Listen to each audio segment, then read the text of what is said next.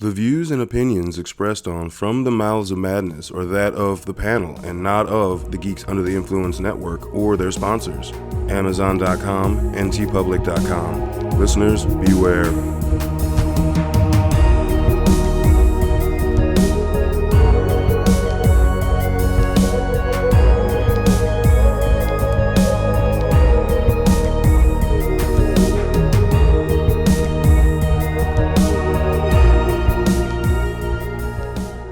Coming straight from the Mouths of Madness, I'm one of the hosts, Lowdown. With me, as always, is... F.U. Hunter. What's up, bitches? Yeah, what's up, bitches? I know you still stuffed.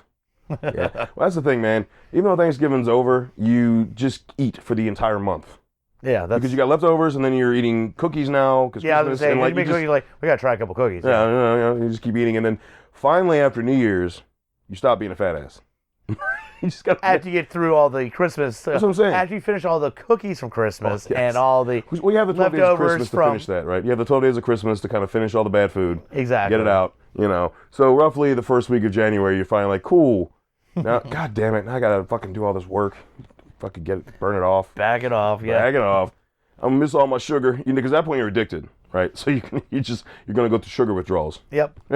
Come on, baby, you got some cookies. What do you got? What you guys got, man? What you got, baby? Cookies, with them sweet molasses cookies, at, baby.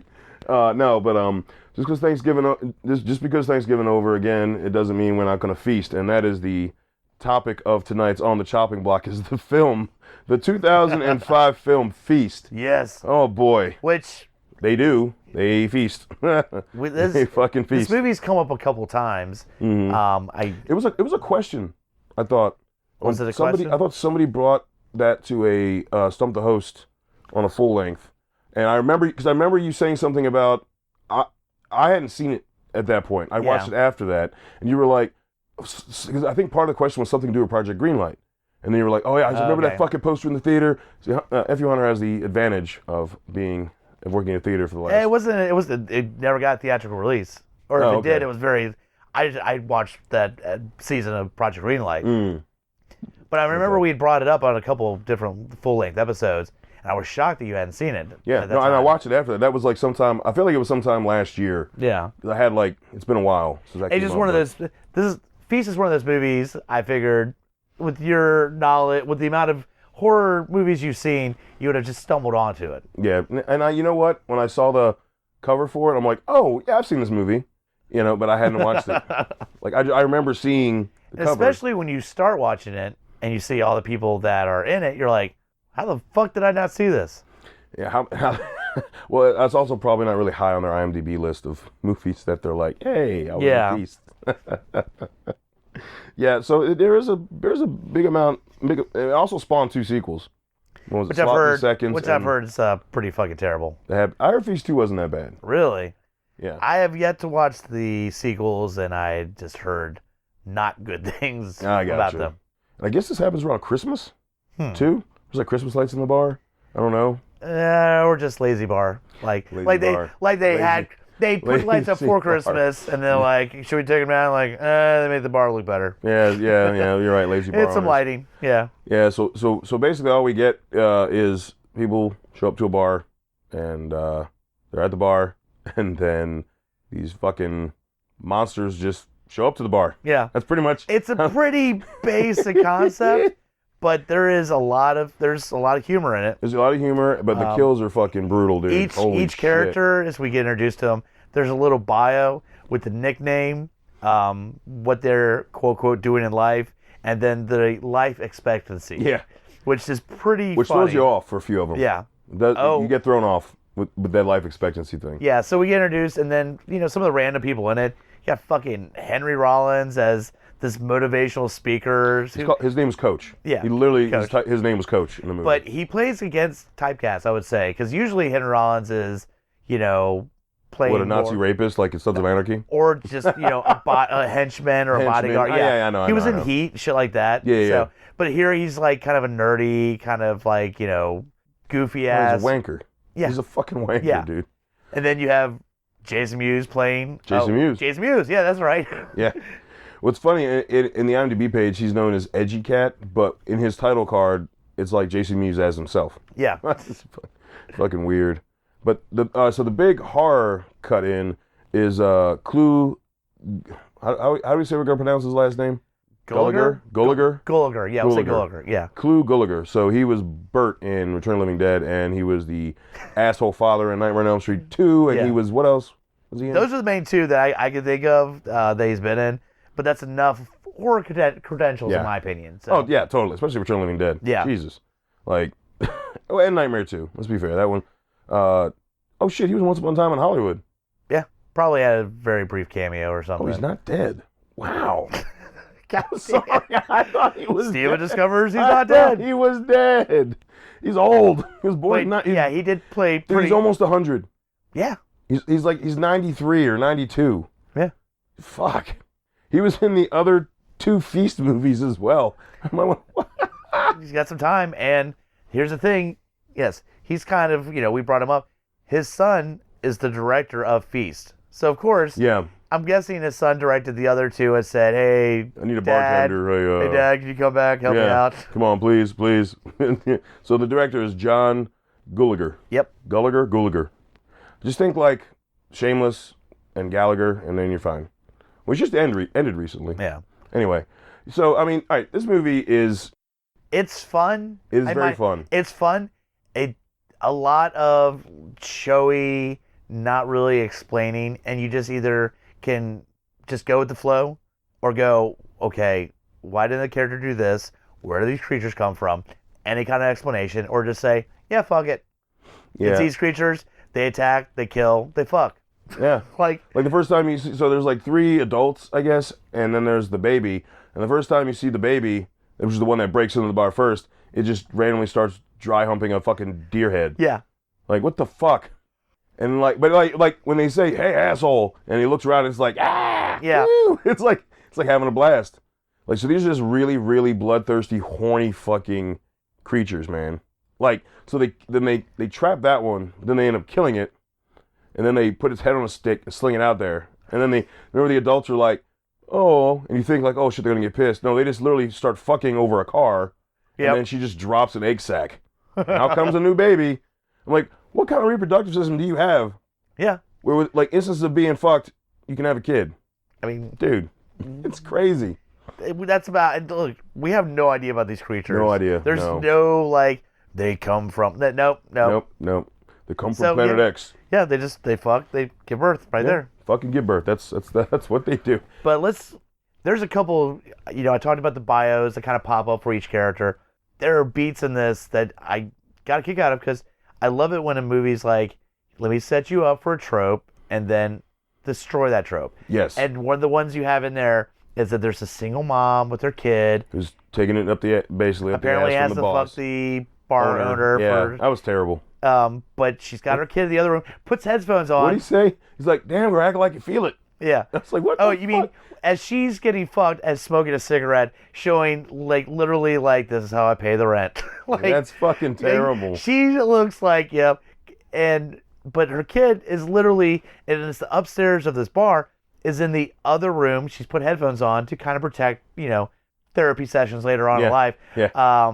And which, well, you kind of find out isn't really necessary. Yeah, that's what I was going to throw into.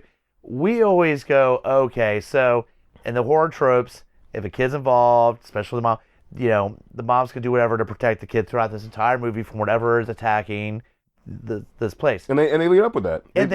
And she literally, as soon as shit goes down, throws them in the closet, says, all right, you guys stay here. So you go, okay, so the kid's going to be there. We're going to deal with everything else. And the very end, she will make it out with her kid.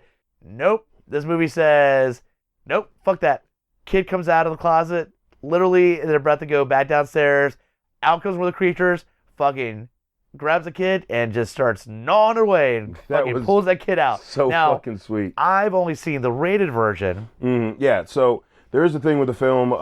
There's an unrated version that is floating around, and what happened was when the American version had an unrated, the actual R-rated version that isn't the American version is technically unrated because this thing went through Project Greenlight. I think is really where this clusterfuck kind of came from. Yeah, because there's a German release of this film that says unrated, but it's actually the R-rated version of the film, and they've since fixed that. It depends on when you buy this movie or what version you're streaming.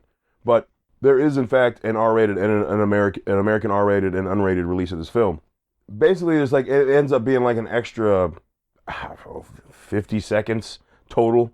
Like, it's not a lot. It's just they cut out some really good shit. But this is where I brought it up because in my version, kid gets grabbed and that's it. And you see him get pulled away, and you see some blood, but it's not. And apparently, Oh yeah, in the unrated version, that I own, you see he grabs the kid, he starts chomping. You see the kid kind of go down a little bit, and then he starts backing out because they're like shooting at him, and all this stuff. And then you see like he gets to the legs and he chomps down, and then you see the monster like holding one of the kid's legs right before he goes out right before he does the puke thing. Yeah. I'm like, it's not a lot, but it's just also like, oh fuck, dude, that's the kid's leg, man. Now let's go into another trope that they set you up with, and then they say, no, fuck that.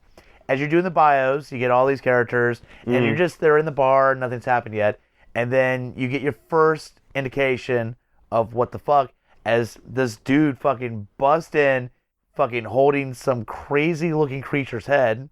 Yeah. And, like, lock all the doors, call the fucking National Guard. His card was the hero. Yeah. He was called the hero. Well, that's what I'm saying is he's going through all this stuff and, lock all this shit. We got a fucking man. And then someone goes, and who are you? And he goes, I'm the one that's going to save y'all's asses. Mm-hmm. And then it cuts to the bio, and his name is Hero.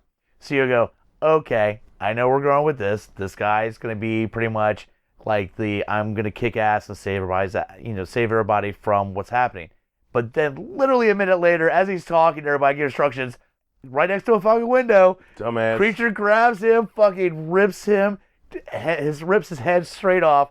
So his head goes with the creature, body falls right on the fucking floor. Just splurting blood. And splurting blood. And I was like, that was fucking awesome. And then you get round two when his wife rolls in. Yep. And as soon as she rolls in, she's kind of got the same demeanor, and it just says the heroine. I'm like, what the fuck, man? I know, but then she goes, "Where's my husband?" Oh yeah, and they all look at the it's still bleeding. Oh man. But the fucked up thing is they have the kid too that they kept back at the the reservation or wherever they dropped the kid off at. I think it was like a reservation or something. Yeah. And I'm like, oh fuck, man. And she. Oh, dude, what purpose did the old lady serve? Showing us the smart thing to do in this situation through most of the movie. Hide in the cooler? Yeah. I'm just saying, her whole purpose was, y'all are fucking stupid. Yeah. I'm, the one that was safe through most of the movie. So, yeah. Fair.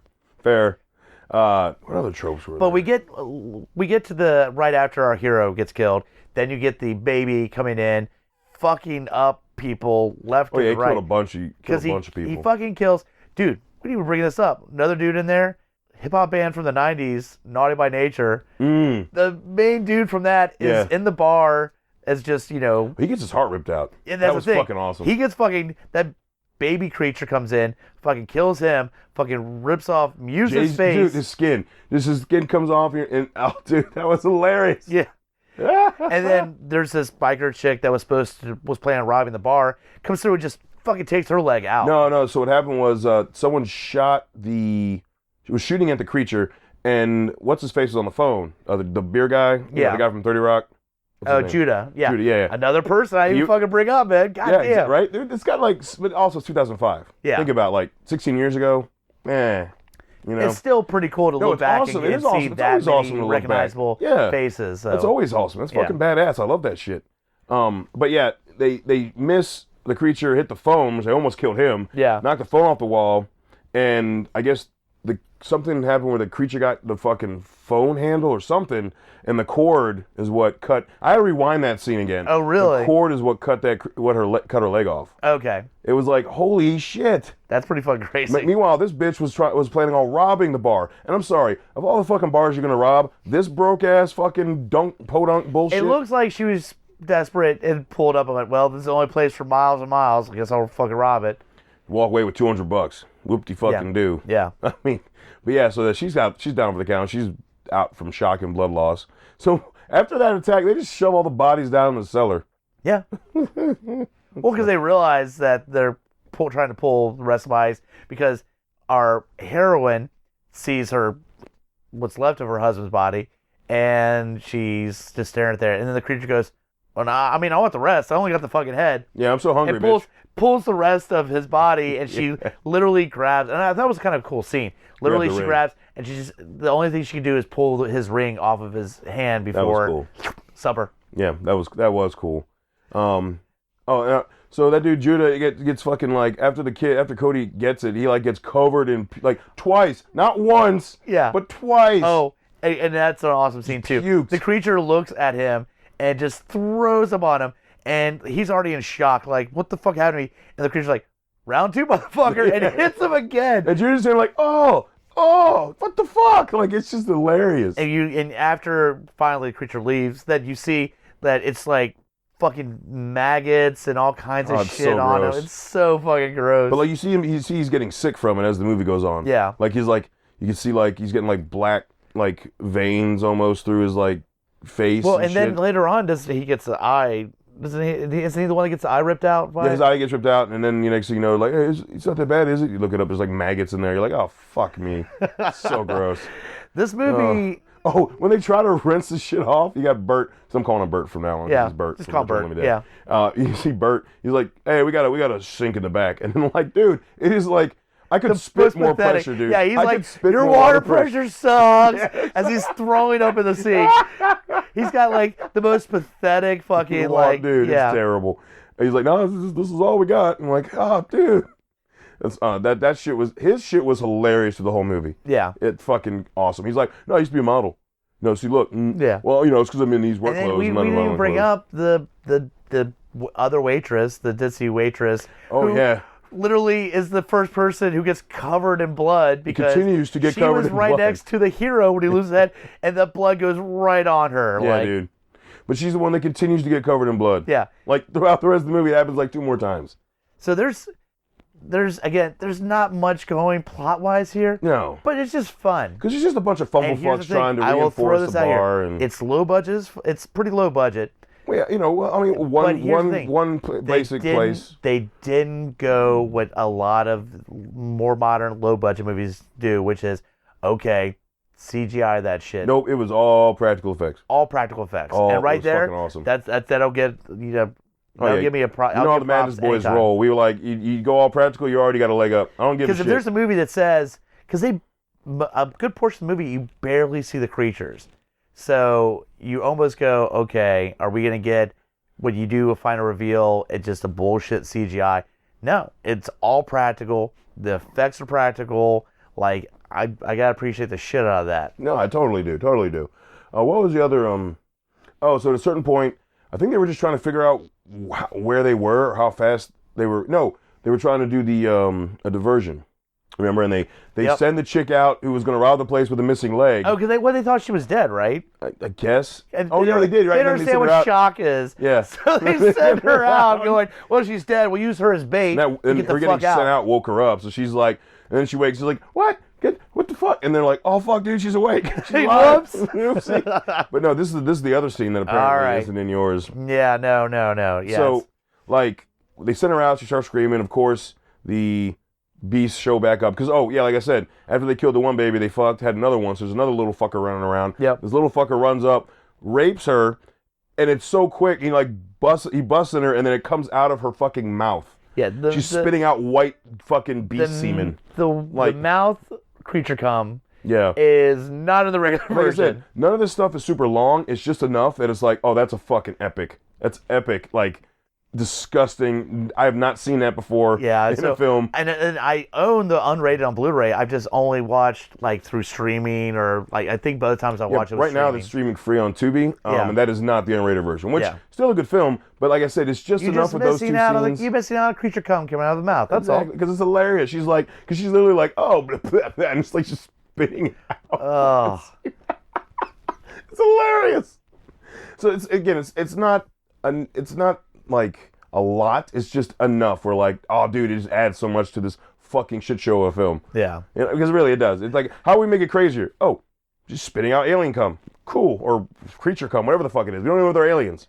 And honestly, like, I feel like you don't have any real resolution in this movie. No. And you don't care. They tried to pull off a Dusk Till Dawn ending. Oh, yeah. Literally, like, okay, this movie is technically, it's like, okay, well, they did vampires in Dusk Till Dawn. All right, why don't we do creatures that just eat people? They're not after blood. You know what I mean? It's like, they just like, it's just weird. It's almost like they mixed like Dusk Till Dawn and Return of the Living Dead and kind of gave you this, like... you know what? By the way, I know why you thought that Bert had passed away in real life. Because he's old as fuck in the movie, and during a crucial scene, he has a fucking heart attack. That's why. So you're like, oh, so he must have died in real life. Because, they emphasize, like, they're trying to get away and shit like that, and then motherfucker has a fucking heart attack, like, during the middle of all that shit. Yeah, so. yeah. That you're probably right. You're probably like, oh, right. yeah, no, he died. I saw him on the movie die, so. Yeah. I mean, and the movie's just got a... I mean, really, it's just... it just unravels with just these crazy numb fucks trying to escape and trying to secure the bill. I mean, it's just... They're just bumblefucks. It's like... Imagine if it was Tucker and Dale, but it was like they were actually trying to do the things that were happening. Like, you know, it's just that level of like, well, shit. We didn't even bring up, like, I guess, quote, quote, the next in line to be the sort of hero. The CD guy that shows up at the bar at the beginning to play pool against. Pool with Jay Muse. Yeah. Who, I looked it up, he looked familiar, and he hasn't been anything really big, but he was one of the main cast in Lord of the Flies movie from, I guess, the early 90s or late 80s or something like that. What you fucking do. But I'm just saying, that's the only thing I can recognize that dude in. But he also kind of plays, around as almost wanting to be the hero, but kind of a sleazebag. Oh, I know one of the tropes that we forgot about was like one of the kids that they introduced, was the only kid there. He's in a wheelchair. We forgot about the wheelchair kid. And they even bring it up where when his card comes up, it's like, what do they call him, Crip or something like that or whatever? Yeah, Wheels. Wheels, they call him Wheels. Yeah. and his life expectancy says they wouldn't kill a cripple, would they? No, fuck, they wouldn't. Yeah. That shit was... Again, that's something you would not expect that actually happens. So yeah, normally they're going to tuck him away and he'll be fine, or he has the one. But then again, they did it in Texas Chainsaw Massacre as well. They did kill. That's true, but you kind of think there's so many other Texas Chainsaw. You have a limited amount of people that you can kill. And also that kid wasn't annoying in Texas Chainsaw Massacre. That dude was annoying as fuck. Okay. Yeah. I wanted him to die. We've discussed that on prior episodes. That I wanted him to we kind of die. cheered on Leatherface when he killed him because he was whining so much. So fucking Sally. Funny enough, the guy in the wheelchair. What's his name? It's Josh Zuckerman. Played the flashback Dr. Evil in the Austin Powers movie. No shit. Yeah. Oh. Wow. But yeah, it's just kind of random because he just plays this kid and then went on to do other things like that. Does a lot of animation voice and stuff like that. So yeah, no, I mean, all in all, this movie passed the chopping block. It's just a fun. Hey man, if you guys are stuck around your fucking family a lot for the next, through all this holiday shit, I would put this in that category where if you watch it and you start bitching to me about like the plot's pretty fucking weak and this is going, I'm like, okay, you're not paying attention. Okay, I'm not hyping this up. We just did an episode on Last Night in Soho. It's very much you looking at scenery, the plot intertwined. Nope, this is a complete opposite. Yeah. This is the bag of Doritos of horror movies where it just says, don't pay attention. It's just... It's silly ass fucking kills. This is the Fast and the Furious of the horror. Thank you. Dude, it really is. It really is. So it doesn't. And I'm okay with that because my brain was just out, and I was like, "Hey, brain!" Like, oh shit, they killed the kid. That's pretty funny. Yeah. Oh shit, they killed the hero. Like, there's enough there that you get a kick out of, but it's not reinventing horror in any way. It's just having fun and just fitting in. And again, throw some practical effects, have some good kills, have a little humor in there. I'm good. Yeah, and that's what that had. So I think we're both in agreement that it flew through the chopping block. Yeah. For what that film is. I already own it too. So. Yeah, me too. I only own. Yeah, it's like so for what this film is, like it does what it's supposed to. For what this film is. Yep.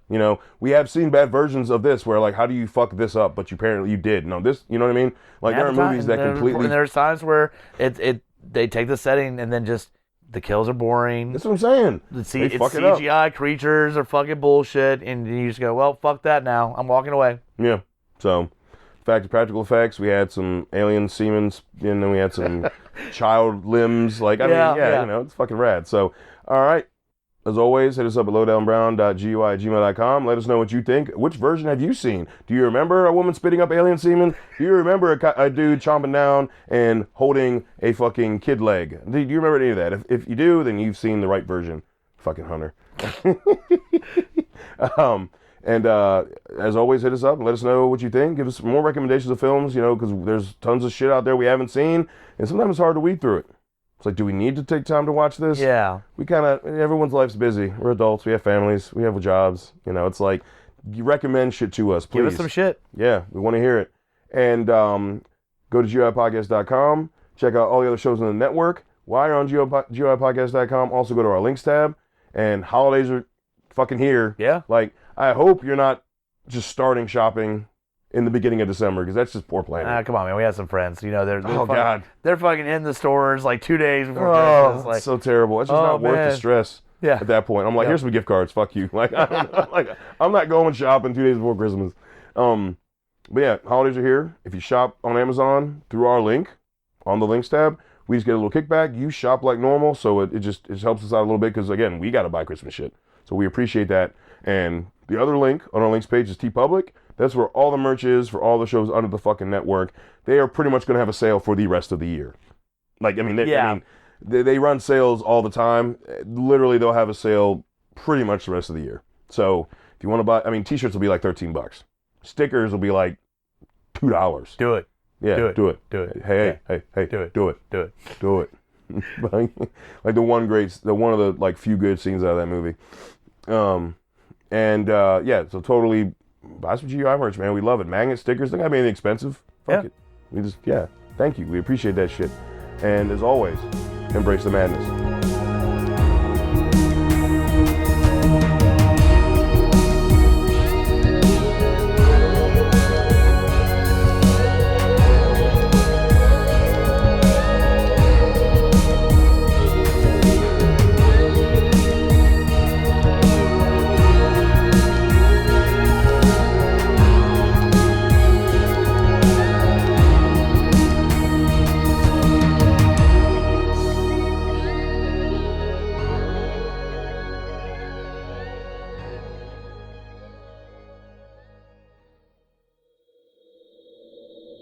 Join us at GUIPodcast.com.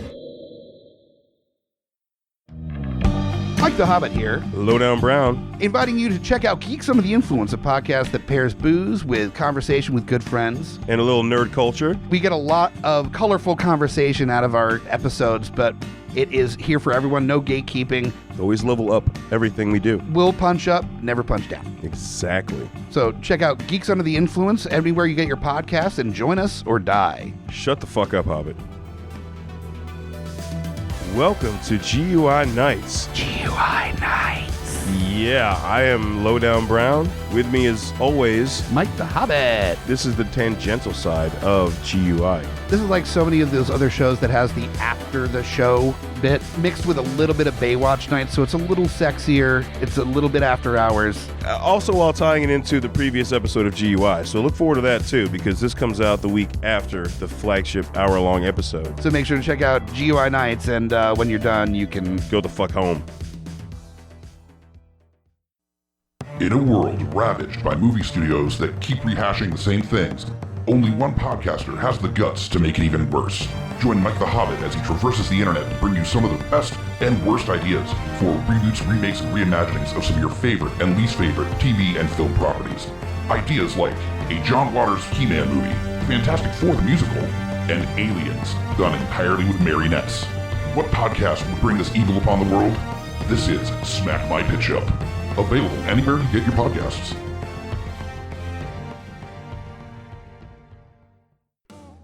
Hey guys, Scotty Big Daddy Preston here. That's right, the Geek Father, asking you to join me here every other week with friends and family of the GUI Network as we go through all the trials and tribulations of being a geeky parent. So remember, join us or cry. My name is Amy Bogard. And I'm Mike the Hobbit. And we are the hosts of Deeply Upsetting, where we use our expertise to answer your most upsetting hypothetical quandaries, such as, what non-winged animal deserves wings? And what body part deserves a secret mouth? Which cryptid is the worst roommate? These questions and more that plague you will be answered on Deeply Upsetting, available anywhere you get your podcasts and at GUIpodcast.com.